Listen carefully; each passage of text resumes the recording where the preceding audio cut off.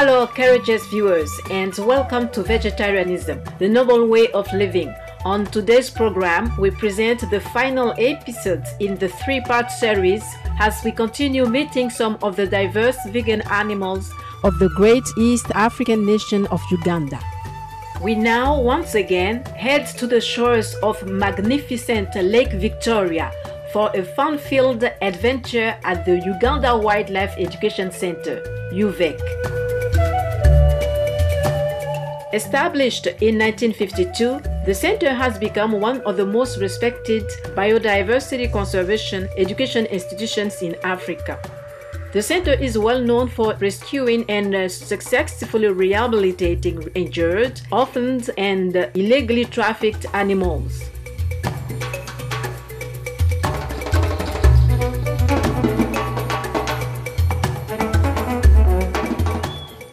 When Supreme Master Chingai learned of UVEC rescuing 140 smuggled African grey parrots, she contributed $5,000 to support the center's efforts to rehabilitate these noble birds.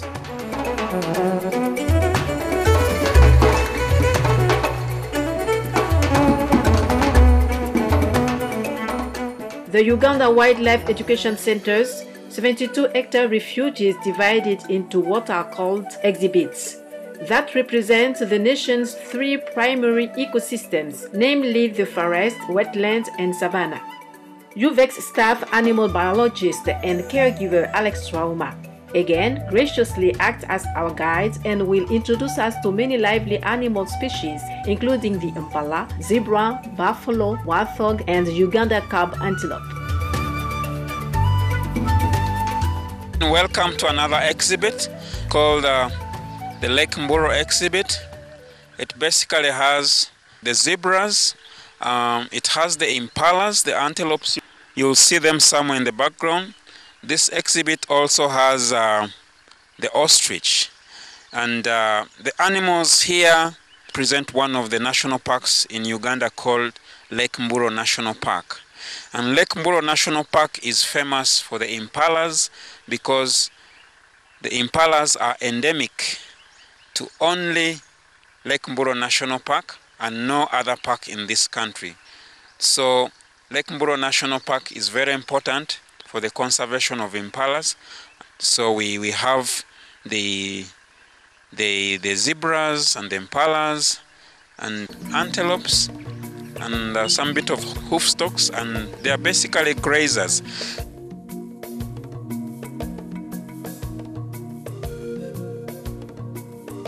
We now take a closer look at some of these delightful animals, starting with the sleek, elegant, and fleet-footed impalas. These handsome animals have a reddish-brown coat with white markings inside their ears, over their eyes, and on their bellies. A narrow black line runs down the back, and a vertical black strip appears on the back of each thigh. Well adapted to various African conditions, impalas will gaze on young grass shoots during the rainy season and browse on shrubs or herbs in drier times. The impala is noted for his graceful jumps, and he can cover an incredible 10 meters in a single leap. Now that is impressive. So what we are going to give them is no different from what we have been giving the other antelopes, the elephant grass, the Guatemala, and the vegetables. The same vegetables that we gave the other exhibit is the same vegetables that we're also going to give here.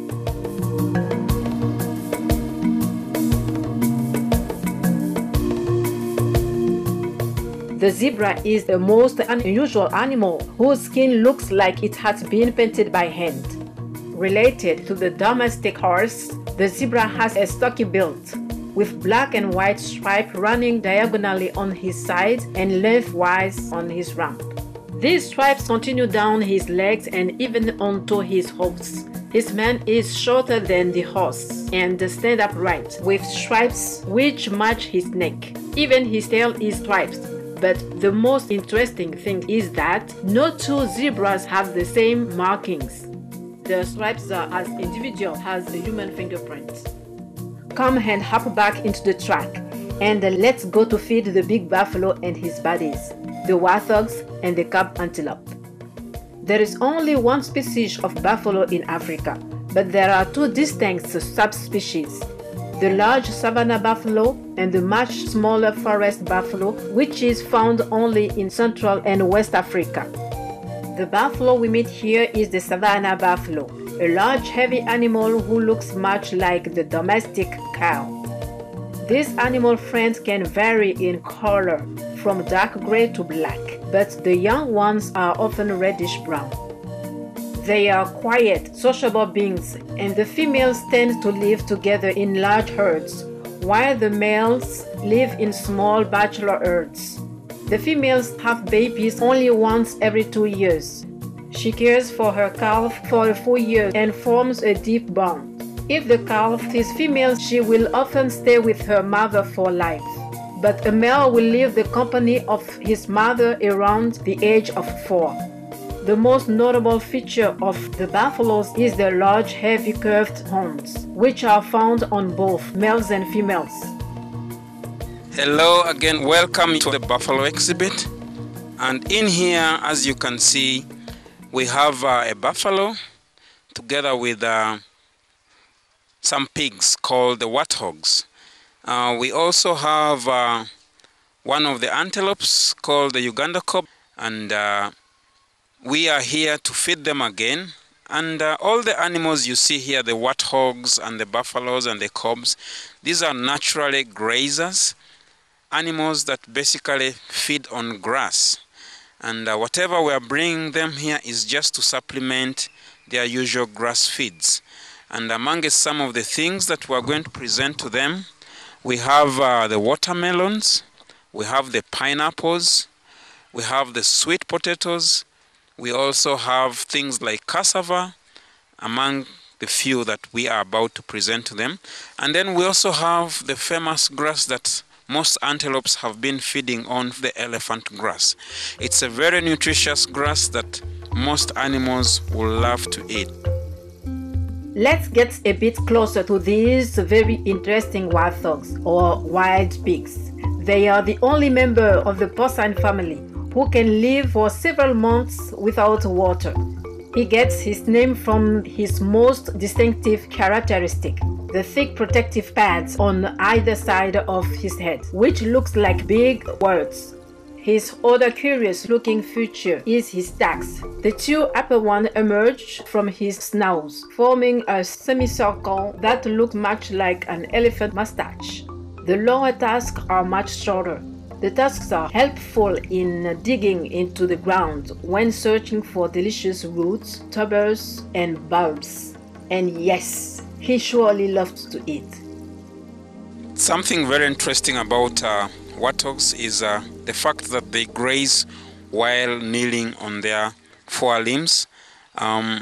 Sometimes here they may not do it, but when a warthog is really relaxed and not competing for any food, just like this young one you're seeing, they would usually tend to kneel down. And when they kneel down while feeding, that is a sign that really they are quite secure and there's no threat around and no competition for them.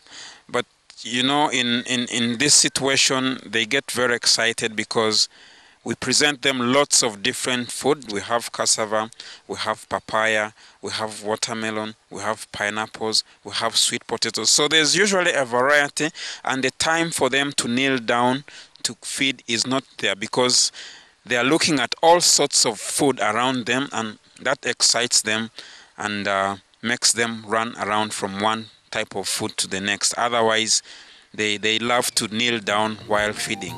It's just the variety that we present that makes them to run around.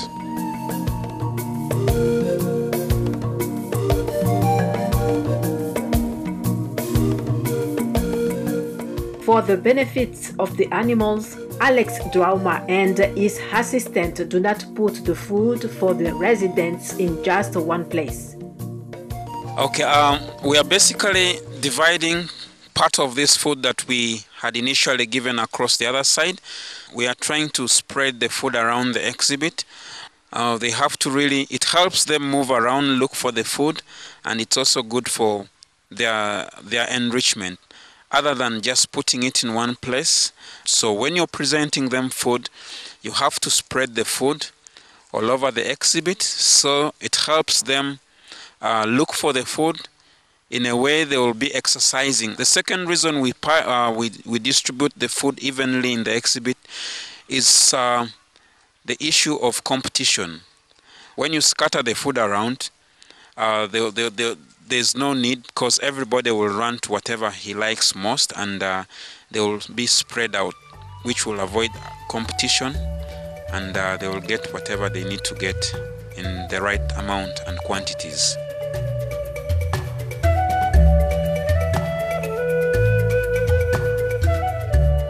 In amongst the buffalo and the warthogs is a Uganda cub. These graceful antelopes need to drink every day, so they live closer to water in moist savanna areas, floodplains, and along the edge of woodlands. Uganda cubs are highly social animals, and they live in herds. Due to special circumstances, the one we meet here lives apart from the rest of the cubs at the center, but he is just as happy. We have one antelope here, and it's called a Uganda cob. A Uganda cob is also a national antelope. It's found on the national coat of arms. So we usually have the same type of food we give the other antelopes, just to him.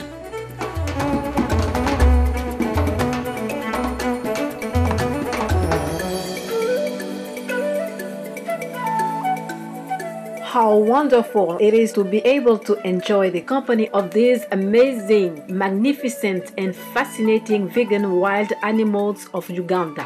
They bring much peace, joy, and beauty to all, and help maintain the balance of nature.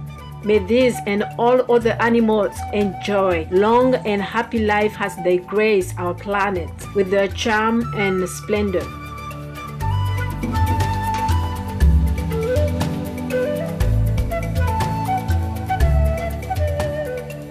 Once again, our gratitude to Alex Drauma for providing us with such a marvelous tour of the sanctuary. You and the rest of the center staff are to be praised for taking such considerate care of these animal friends. With lots of love and gratitude for the noble work, Supreme Master Chingai is honoring the Uganda Wildlife Education Center with the Shining World Compassion Award, along with an additional $10,000 US. For more details on the Uganda Wildlife Education Center, please visit www.uwec.ug.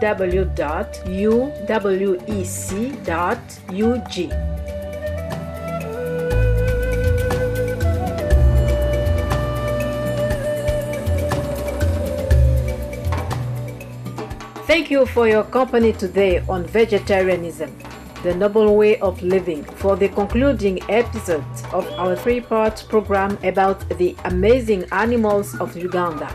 May all be blessed with good health, abundance, and wisdom in a peaceful vegan world.